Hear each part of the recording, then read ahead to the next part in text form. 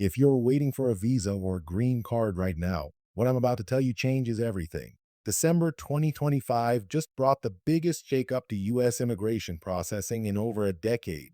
And if you don't know about these changes, you could be making costly mistakes that delay your case by months or even years.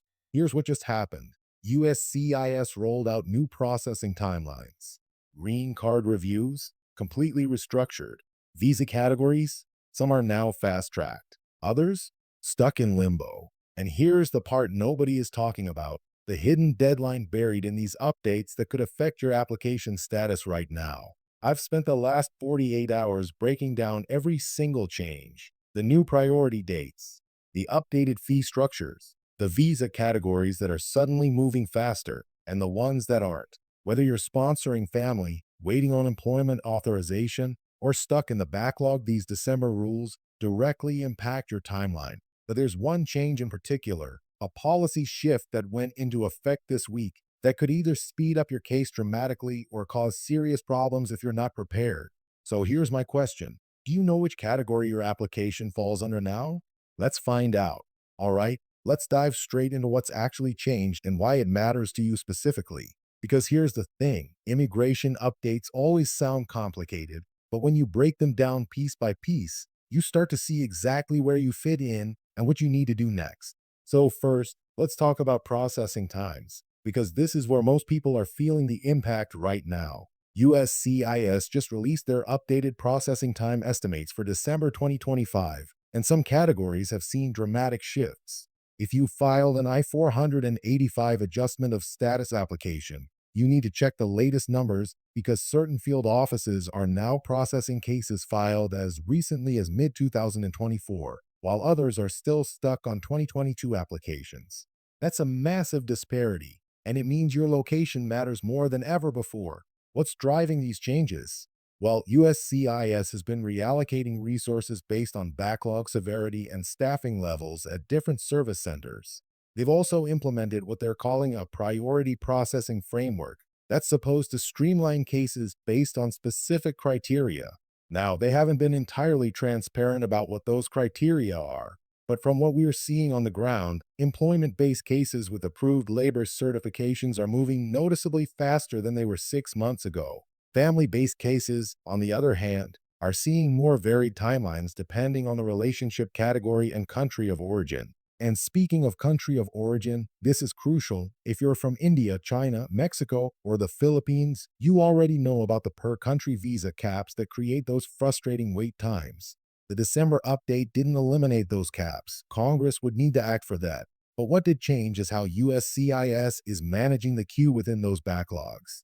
They're now using a more granular approach to priority dates, which means if your priority date is current or about to become current, you might see movement sooner than you expected based on the old system. Now let me talk about something that's causing a lot of confusion right now, the new fee structure that quietly went into effect. If you haven't filed yet, but you're planning to, you need to know that several application fees increased in December.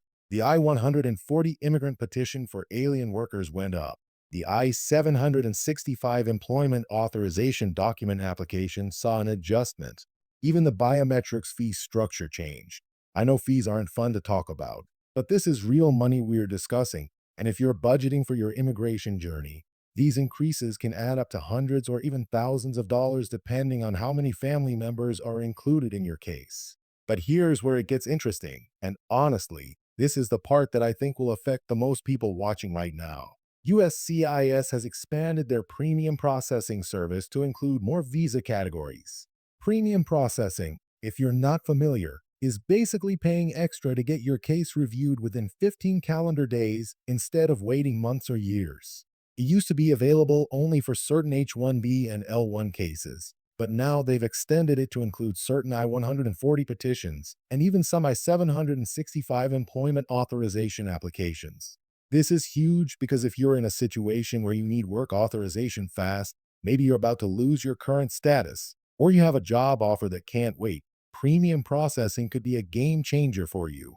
However, and this is important, premium processing doesn't guarantee approval. It only guarantees that USCIS will make a decision within 15 days.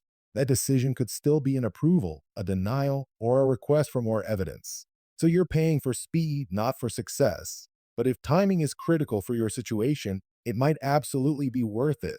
Let's shift gears and talk about something that's particularly relevant if you're on a family-based green card path.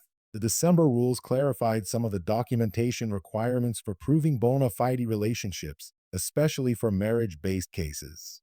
USCIS has been cracking down on fraud, and rightfully so. But what that means for legitimate couples is that you now need to provide even more evidence that your relationship is real.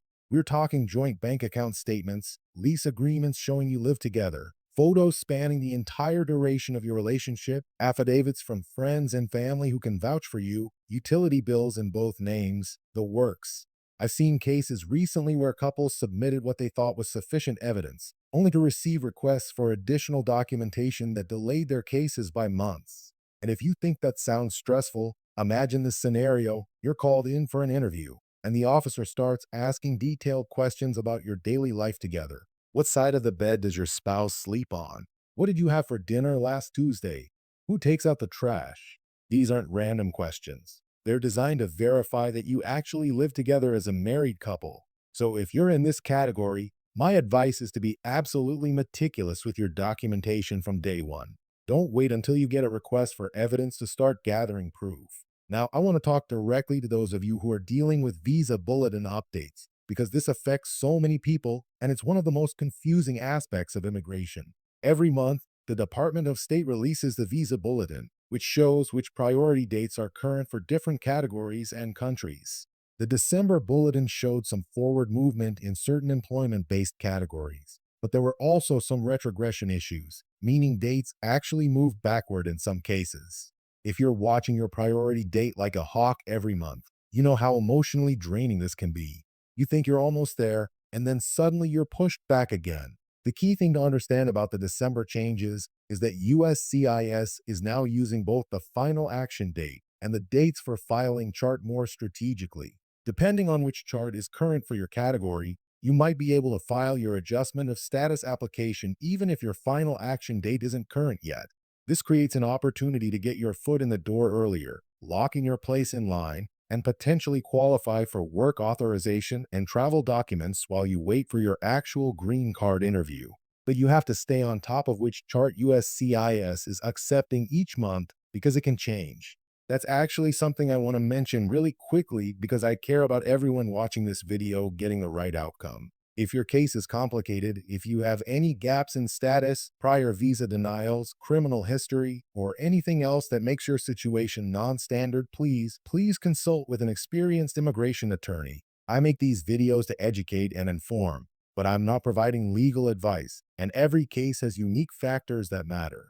The investment in professional guidance can save you years of heartache and potentially tens of thousands of dollars in mistakes. And if you're finding this video helpful, do me a favor and hit that subscribe button right now because I post immigration updates like this regularly, and you don't want to miss something that could directly affect your case. I also want to touch on travel while your case is pending because this confuses so many people. If you have an adjustment of status application pending and you leave the United States without advance parole, your application is considered abandoned. That's it. Game over. You'd have to start all over again through consular processing. The December update didn't change this rule, but they did streamline the advance parole application process slightly, and they're now processing I-131 travel document applications faster than before at certain service centers. If you need to travel for an emergency or even just to visit family, make sure you have that advance parole document approved before you leave. So where does all of this leave you? Honestly, it depends on your specific situation, but the December 2025 changes represent both opportunities and challenges. If you're strategic about how you respond to these updates, you can potentially save time and avoid costly mistakes. The most important thing you can do right now is stay informed, keep your documentation organized, and be proactive rather than reactive. Don't wait until you get a notice from USCIS to figure out what you need to do next.